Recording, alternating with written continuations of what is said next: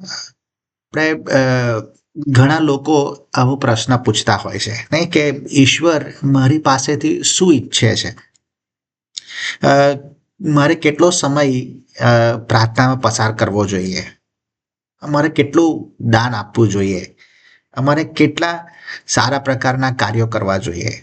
હવે આવા જ્યારે પ્રશ્નો પૂછવામાં આવે છે ત્યારે અ, એ પ્રશ્નોની અંદર આપણે એવું જોઈએ છે કે ઈશ્વર અ, ને એ લોકો એવું વિચાર કરે છે કે ઈશ્વર વધારે ધાર્મિક પ્રવૃત્તિઓ ઈચ્છે છે.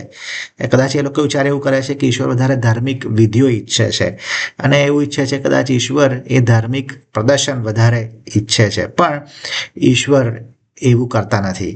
ઈશ્વર એનાથી કદી પણ પ્રભાવિત થતા નથી કે આપણે કેટલું વધારે દાન આપીએ છીએ, કેટલી વધારે લાંબી પ્રાર્થના કરીએ છીએ કે કેટલા વધારે સારા કાર્યો કરીએ છીએ, એનાથી ઈશ્વર એ પ્રભાવિત થતા નથી. ઈશ્વર જો આપણી પાસે વધારે માંગતા ના હોય અથવા તો ઈશ્વર આપણી પાસે શું માંગે છે? ઈશ્વર એ કંઈક સરળ માંગે છે, કંઈક ઊંડાણપૂર્વકનું માંગે છે. ઈશ્વર એ એમની જે અપેક્ષાઓ છે એને બહુ જટિલ બનાવતા નથી, પણ એને ઈશ્વર બહુ સરળ બનાવે છે. આપણે બધી વસ્તુઓને જટિલ બનાવીએ છીએ, પણ ઈશ્વર કદી જટિલ બનાવતા નથી, સરળ બનાવે છે, રાઈટ? અને એટલા માટે ઈશ્વરની જે અપેક્ષા છે એ એકદમ સરળ છે અને એ સરળ જે અપેક્ષા છે એ પ્રભુ એક જ કલમની અંદર આપે છે. અને એ આપણે જોઈએ છે મીખાનું પુસ્તક એનો 6ઠ્ઠો અધ્યાય, મીખા પ્રબોધકનું પુસ્તક એનો 6ઠ્ઠો અધ્યાય અને 8મી કલમમાં.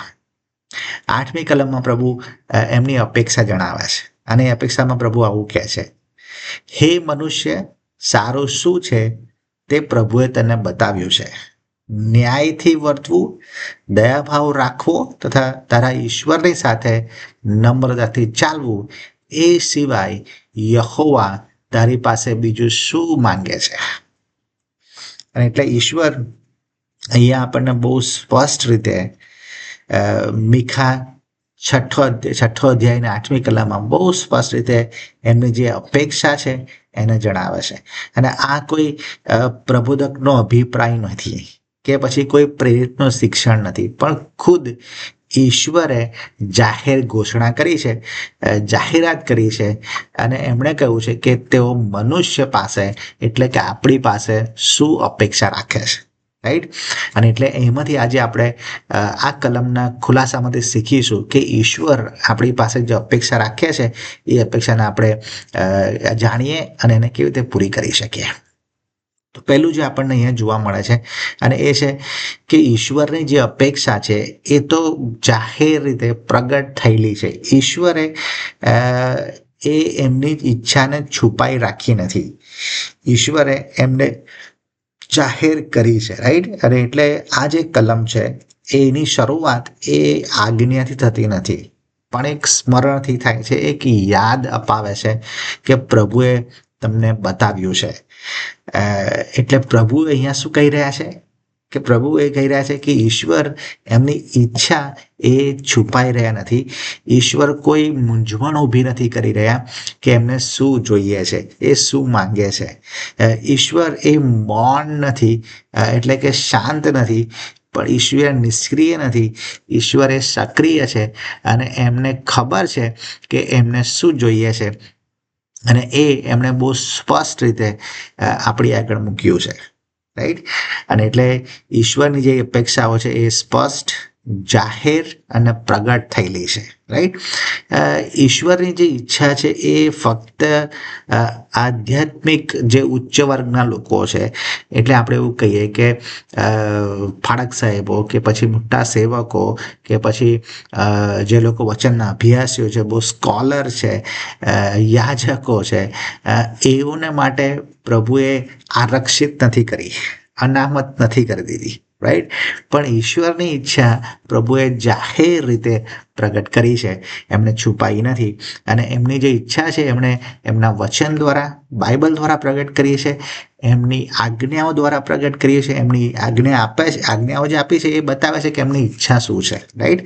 એટલે એમની આજ્ઞા દ્વારા આપણને પ્રગટ કરવામાં આવ્યું છે એમની ઈચ્છા શું છે, એમની અપેક્ષા શું છે, એમનો સ્વભાવ, એમના જે ગુણો છે એ બતાવે છે કે એમની અપેક્ષા શું છે. દાખલા તરીકે એમનો જે ગુણ છે કે ઈશ્વર પવિત્ર છે, એનો અર્થ ઈશ્વર એ શુદ્ધતા ઈચ્છે છે, પવિત્રતા ઈચ્છે છે.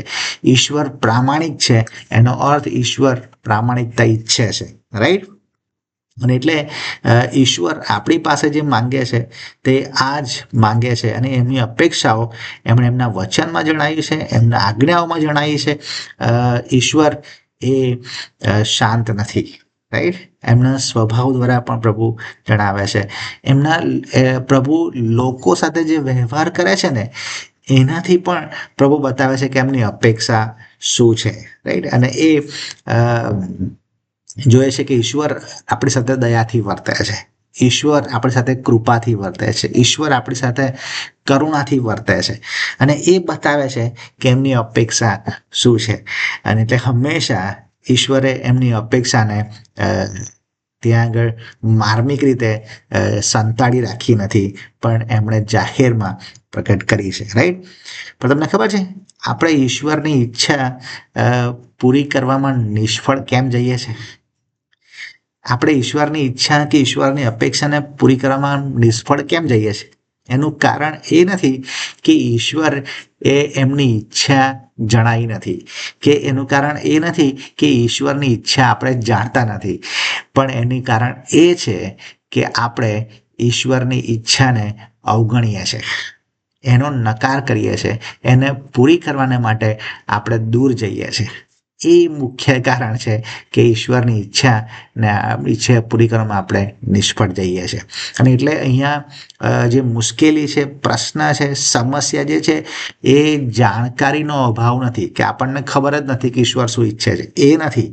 પણ આજ્ઞાપાલન નો મુખ્ય સમસ્યા છે કે આપણે પાડતા નથી, આજ્ઞાપાલન કરતા નથી, રાઈટ.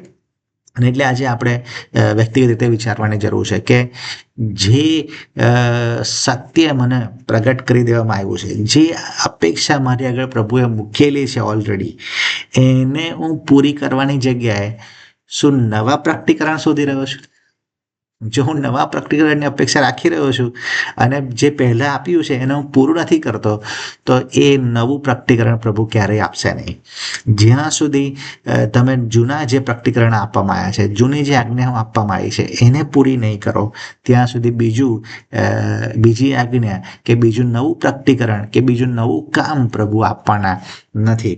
અને એટલે પહેલું જ્યારે પગથિયું ચડીએ પછી જ બીજું પગથિયું આપણને દેખાય ને એની ઉપર આપણે આગળ વધી શકીએ. અને એવી રીતે જ પ્રભુનો સ્ટેપ બાય સ્ટેપ પ્રભુ કામ કરે છે. જ્યાં સુધી પહેલું પૂરું ના કરીએ ત્યાં સુધી બીજું પ્રભુ આપતા નથી. એટલે જો આપણે એવી અપેક્ષા રાખતા હોય કે પ્રભુ મારા દ્વારા કામ કરે, તો ઈશ્વર એ જે પહેલાં કહ્યું છે એને આપણે પૂરું કરવાના માટે પ્રયત્ન કરીએ, રાઈટ. એટલે પહેલી બાબત જે આપણે અહીંથી સમજીએ છીએ આ કલમમાંથી એ છે કે ઈશ્વરની જે અપેક્ષા છે એ ઓલરેડી પહેલેથી પ્રગટ થયેલી છે, આપણી આગળ ખુલ્લી છે, આપણને જાહેર કરી દેવામાં આવી છે. એમણે છુપાયું નથી, એ શાંત નથી. અને એ મુશ્કેલી આપણી છે કે આપણે એનું આજ્ઞાપાલન કરતા નથી, રાઈટ. સો પહેલી બાબત આપણે આ શીખીએ છીએ. બીજું જે સમજવાનું છે અહીંયાથી, અને એ છે કે ઈશ્વરની જે અપેક્ષા છે એ ધાર્મિક વિધિઓ નથી. ઈશ્વરની અપેક્ષા છે સંબંધ છે, રાઈટ, રિલેશનશિપ છે. એ શું કહેવાય, રિલિજિયસ નથી. ઈશ્વરની જે અપેક્ષા છે ને એ ધાર્મિક વિધિઓ નથી, રાઈટ, પણ એ રિલેશનલ છે, એ સંબંધ છે, એ બતાવે છે આપણને. જો આ જે કલમ આપણે આગળની કલમમાં છે ને, તો ત્યાં આગળ આપણને ખબર પડે છે કે લોકો જે છે એ લોકો અર્પણો આપતા હતા, એ લોકો બલિદાનો આપતા હતા, એ લોકો દહનયાર્પણ કરતા હતા, એ લોકો ધાર્મિક કાર્યો બરાબર કરતા હતા. પણ એ બધા કરતાં ઈશ્વરે એવું કહ્યું કે એ ઈશ્વરે જે આરાધનાની જે બાબત છે, આરાધનાની જે વ્યાખ્યા છે એને પ્રભુએ ફરીથી આપી કે મને અર્પણો નહીં જોઈતા, મને બલિદાનો નહીં જોઈતા, મને દહનયાર્પણો નહીં જોઈતા, મને ધાર્મિક કાર્યો નહીં જોઈતા, તો પ્રભુ શું કહે છે? પ્રભુ કહે છે એનાથી અલગ માંગે છે, રાઈટ? પ્રભુ એમ કહે છે કે તમે વધારે બલિદાનો આપો, એવું પણ પ્રભુ અહીંયા કહેતા નથી. કે તમે વધારે ધાર્મિક સારા કાર્યો કરો, એવું પ્રભુ અહીંયા કહેતા નથી. પણ પ્રભુ કંઈક અલગ ઈચ્છે છે, રાઈટ? અને એટલે જે ધાર્મિક બાબતો છે ને એ બાહ્ય ક્રિયાકાંડો ઉપર વધારે ફોકસ કરે છે, વધારે ધ્યાન કેન્દ્રિત કરે છે. એ જાહેર પ્રદર્શન ઉપર વધારે ધ્યાન કેન્દ્રિત કરે છે. એ બાહ્ય આજ્ઞાપાલન પર વધારે ધ્યાન કેન્દ્રિત કરે છે. પણ ઈશ્વર એ અહીંયા જે કરી રહ્યા છે એ હૃદયના વલણ તરફ નિર્દેશન કરી રહ્યા છે. ઈશ્વર એ દૈનિક જીવનશૈલી તરફ આગળ વધી રહ્યા છે. પ્રભુ એ વિશ્વાસુપણું રાખવા સંબંધી આગળ વધી રહ્યા છે. અને એટલે ઈશ્વર એ ધાર્મિક ક્રિયાઓ કરતાં હૃદયના વલણની અત્યારે વધારે વાત કરી રહ્યા છે અને દૈનિક જીવનશૈલીની વધારે વાત કરી રહ્યા છે. અને જ્યારે જો ન્યાયી જીવન હોય નહીં ને, ન્યાયી જીવન વગર એ ધાર્મિક બધી જ ક્રિયાઓ એ ફક્ત ઘોંઘાટ બની જાય છે અને એનાથી ઈશ્વર કદી પણ પ્રભાવિત થતા નથી. અને એટલે હંમેશા આપણે યાદ રાખવાની જરૂર છે કે આજ્ઞાપાલન એ પ્રભુ ઈચ્છે છે, નહીં કે ધાર્મિક ફક્ત ક્રિયાઓ, રાઈટ? ઈશ્વર એ રૂપાંતરિત જીવન ઈચ્છે છે, નહીં કે મોટા સ્પીકરો સાથેના આરાધનાના ગીતો. પ્રભુ જે ઈચ્છે છે એ રૂપાંતરિત જીવન ઈચ્છે છે, બદલાણ પામેલું જીવન ઈચ્છે છે. આપણે ઈશ્વર સાથેના સંબંધમાં આગળ વધીએ એ પ્રભુ ઈચ્છે છે. એટલે બે વસ્તુ આપણે શીખ્યા. પહેલું શીખીએ છીએ કે ઈશ્વરની અપેક્ષા એ જાહેર છે, પ્રગટ કરી દેવામાં આવી છે. બીજું આપણે શીખીએ છીએ કે ઈશ્વર એ સંબંધ ઈચ્છે છે, હૃદયનું વલણ ઈચ્છે છે, બાહ્ય પ્રદર્શન ઈચ્છતા નથી, બાહ્ય ધાર્મિક ક્રિયાકાંડો ઈચ્છતા નથી, રાઈટ? હવે ત્રીજું જોઈએ છે કે જેમાં પ્રભુ વિસ્તારથી કહે છે કે એમને એક્ઝેક્ટલી શું જોઈએ છે, બરાબર? અને એમાં પ્રભુ એમની અપેક્ષાને 3 બાબતની અંદર સંક્ષિપ્ત કરે છે, 3 બાબતની અંદર એનું વર્ણન કરે છે, રાઈટ? સો પહેલી બાબત એમાં પ્રભુ કરે છે એ છે કે ન્યાયથી વર્તવું.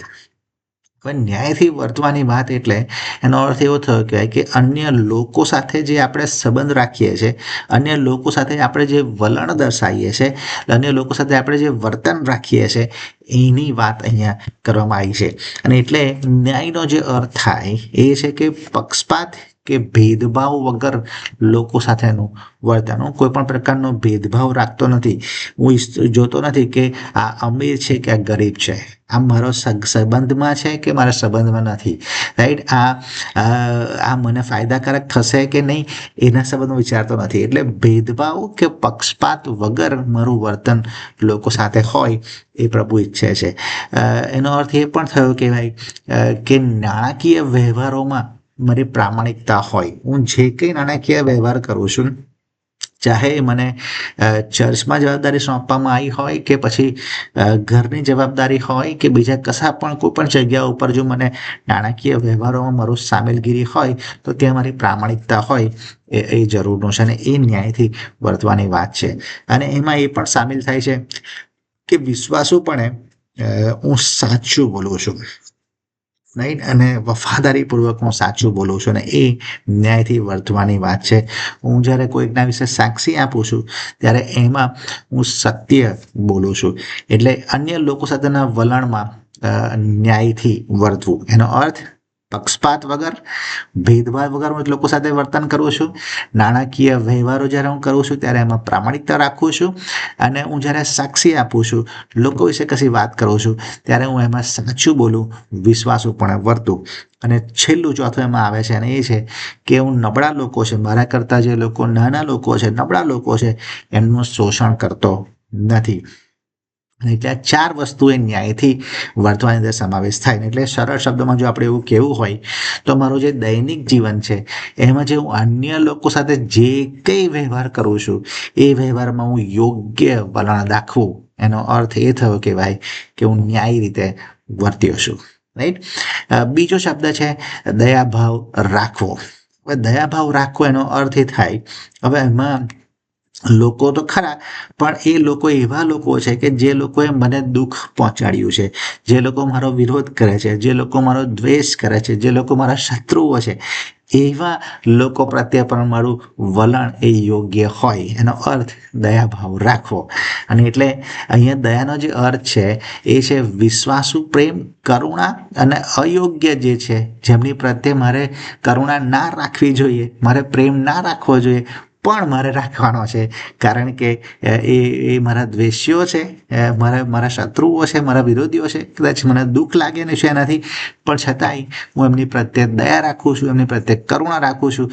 તો એ રાખવાના સંદર્ભની અહીંયા વાત કરવામાં આવી છે. ને એટલે ઈશ્વર અહીંયા એવું નથી કહ્યું કે તમે ક્યારેક દયા રાખો, કોઈક સમય દયા રાખો, એવું નથી, પણ દયા ભાવ રાખવાનું કહે છે. એનો અર્થ કે આપણી અંદર હોય, આપણી અંદર એ એક સ્વભાવ હોય, રાઈટ. દયા ભાવનો એક સ્વભાવ આપણી અંદર હોય કે ભલે આપણો કોઈ દ્વેષ કરે, આપણો કોઈ વિરોધ કરે, ભલે આપણી નિંદા કરે, આપણે અદેખાઈ કરે, આપણી ઈર્ષા કરે, આપણી સાથે કડવાશ રાખે, આપણને નુકસાન પહોંચાડે, પણ છતાંય એ મારું માફ કરવાનું જે વલણ છે એ મારી અંદર રહે છે, અને એ છે દયાભાવ.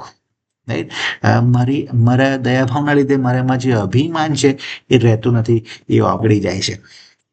એટલે જે દયાભાવ છે એ ઝડપથી માફી આપવામાં પ્રગટ થાય છે, અને ઉદારતાથી મદદ કરવામાં પ્રગટ થાય છે, અને નમ્રતાથી પ્રતિભાવ આપવામાં પ્રગટ થાય છે, અને નિષ્ફળતામાં ધીરજ રાખવામાં મારો દયાભાવ એ પ્રગટ થાય છે.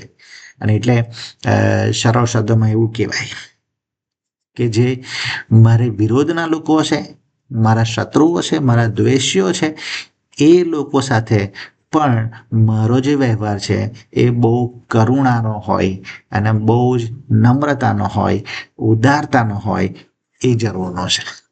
ઓકે, સો એ દયાભાવ રાખવાની અહીંયા વાત કરવામાં આવી છે. અને ત્રીજું છે તારા ઈશ્વર સાથે નમ્રતાથી ચાલવું. અને એટલે અહીંયા શું છે, ઈશ્વર પ્રત્યે મારું યોગ્ય વલણ. પહેલું આપણે જોયું એમાં શું છે, લોકો સાથે યોગ્ય વલણ.